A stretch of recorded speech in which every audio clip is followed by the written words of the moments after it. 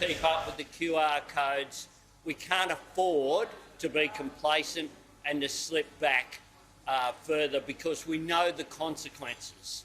Because on a number of occasions we've thought that we were through this, and the truth is that we weren't.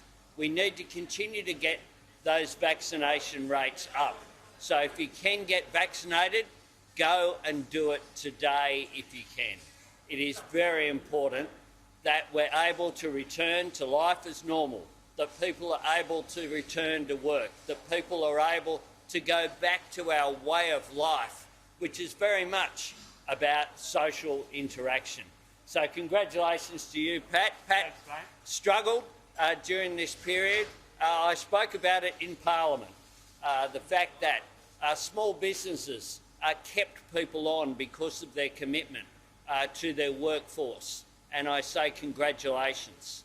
We also need to think about how we open up, and on Saturday I launched the latest part of our Future Made in Australia, our Buy Australian plan, the 10-point plan that we need to make sure that we maximise the benefit of government purchasing, that we have a Future Made in Australia office in the Department of Finance working with the Department of Industry to make sure that we maximise opportunities.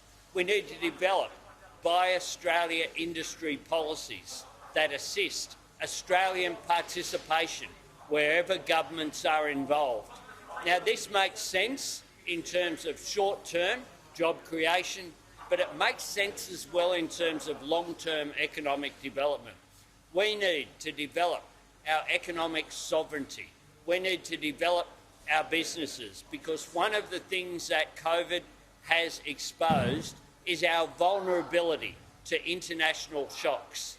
Now, we know that this one has been a health pandemic, but we know we're also vulnerable to issues like cyber and to the uncertain international environment which is there.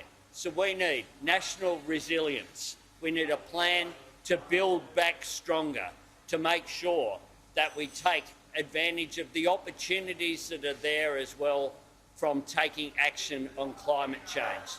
Now, I welcome the Business Council of Australia adopting net zero emissions by 2050.